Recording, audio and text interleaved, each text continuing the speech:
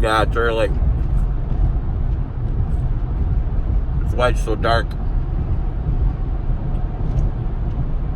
But at least I'm not bitter.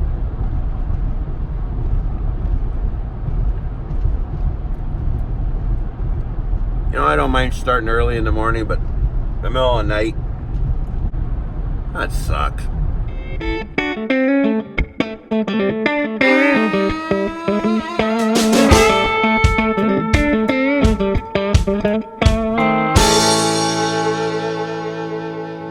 Lovely. What a lovely view. 5:30 in the morning. The bridge is backed up again. Bummer.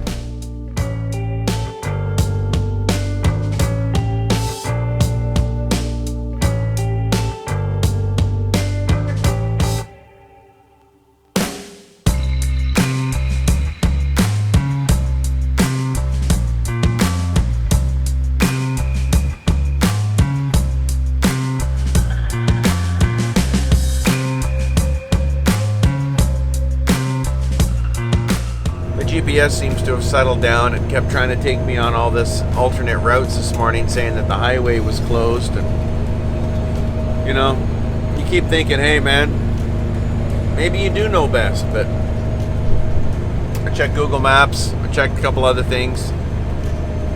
Highway doesn't seem to be closed, which is good, because if it was closed, I'd be over an hour late to deliver this machine, and that's really not a good thing. Well, that's kind of cool.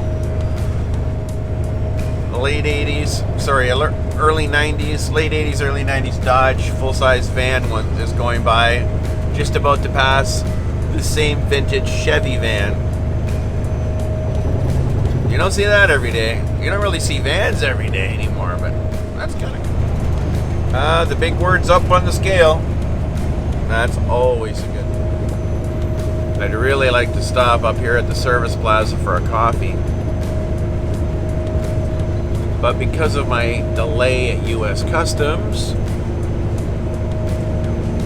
it isn't in the budget. Just pushing it right now to get there on time. I'll be a little late. Not a little late's not too bad. But if I stop and get coffee, I'll be another 15 minutes late, minimum. Yeah. So the coffee is gonna have to wait. Looks like the sun is finally deciding to get up. It's like the sun is lazy like me. It don't want to get up anymore. And it's going to bed early. Just like me.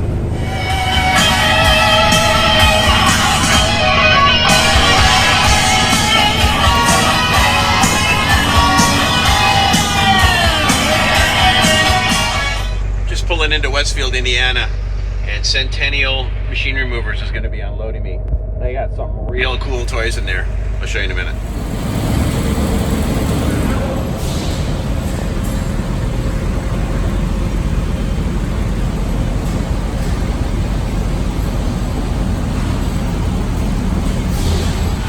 Look at that bad boy. This little contraption here will lift 130,000 pounds in a deadlift, but it can easily handle 90,000 pounds without the counterweights on it. Pretty cool. Very similar to our gantry system, except you don't have to set up any rails. At least I think that's what it is. This is a piece that Willie just brought in. It weighs 66,000 pounds. They're going to move this out of the way so they can unload me.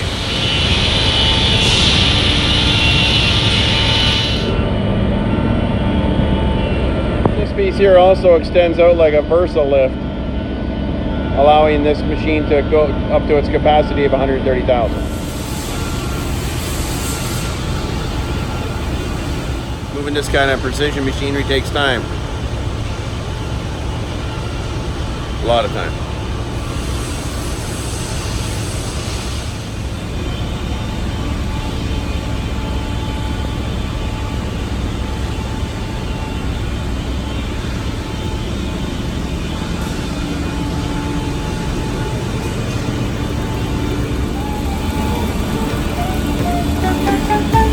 Ken's coming to kill me. high speed. This is the fast gear. You should see it in creep mode. It's like being at a railway crossing when you have to pee.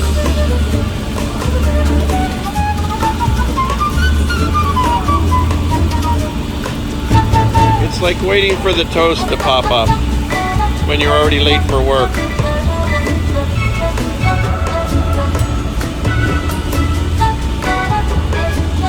It's like wondering if that giant turd you just did at your friend's house is going to go down. It's like watching the clock on Friday tick by. It's like waiting in line at the bank.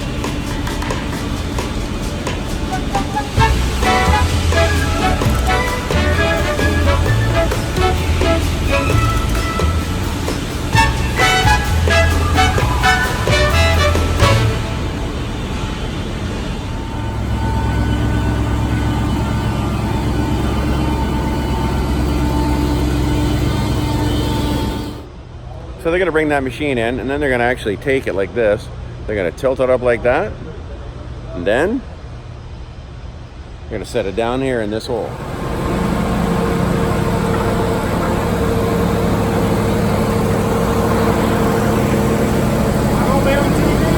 Look at you go, high-speed pass.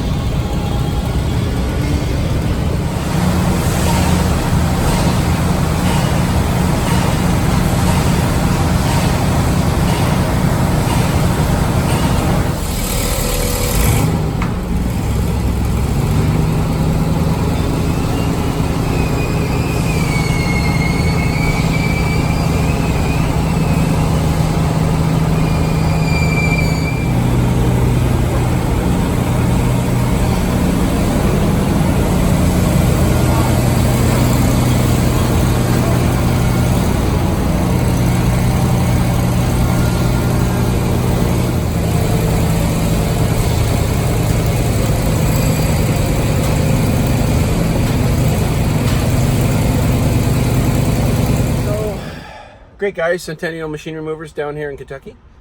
I'm actually in Indiana, but those guys are from Kentucky. Real nice equipment, great guys. Yeah, real cool toys. Really like that big rigging system they have. Don't know what it's called, but we'll call it Big Bertha. She's a big girl, but we like her. Okay, I'm gonna start heading back, and maybe I'll find something for the way home. I'll let you know. Well, we are unloaded, and I'm heading back. And I'm kind of experimenting right now with my window open with this microphone. Might hear every now and then my GPS. I decided to put the sound back on my GPS. And the reason I did that was because I was watching another video, another guy's channel, Trucker Josh. Josh's Daily Vlogs, I think it's called. He was arguing with his GPS. And it just made me laugh. He calls his GPS Karen. So I decided that I'm going to name my GPS Faith. Because, as you guys know, I don't have the greatest sense of direction. In fact, it sucks. So, Faith is now my co-pilot. So I have to just believe in whatever she's saying and have faith. I'm traveling through Fairmont, Indiana. You ever heard of it? Probably not. But I bet you have heard of the guy that went to high school here. James Dean. That's right, where cool went to school. According to the banners. Fairmont, Indiana. You know, I've said this before. I'll probably say it again. Here I am at the Sunoco station in Michigan. Fuel price is $2.99, whether it's cash or credit. Right across the road at the Pilot, it's $3.15 for credit, but it's $3.09. And the only reason they have it a little lower is because of the competition right here. So the mighty Pilot Flying J is still at least 10 cents more a gallon. That may not seem like much, but 200 gallons of fuel, $20. And these guys said, oh yeah, get a free coffee, help yourself. Pilot wants to charge me $2.12 for a coffee. The big mighty charging more than the little guy. I don't know. I'm all for supporting the smaller stations for two reasons. Number one, tired of paying top dollar for crappy service. And I'm tired of supporting the big stations that have very little parking and really want you to get your stuff and get the hell out. Whereas these guys provide good parking. I don't know. We got to support the small stations, or they're going to be gone, and they're going to be absorbed continually by the big stations. So do your best to support the little guy, but do it because you want to save money too. $20 is $20. Lots of times it's a heck of a lot more than that. Fuel price range.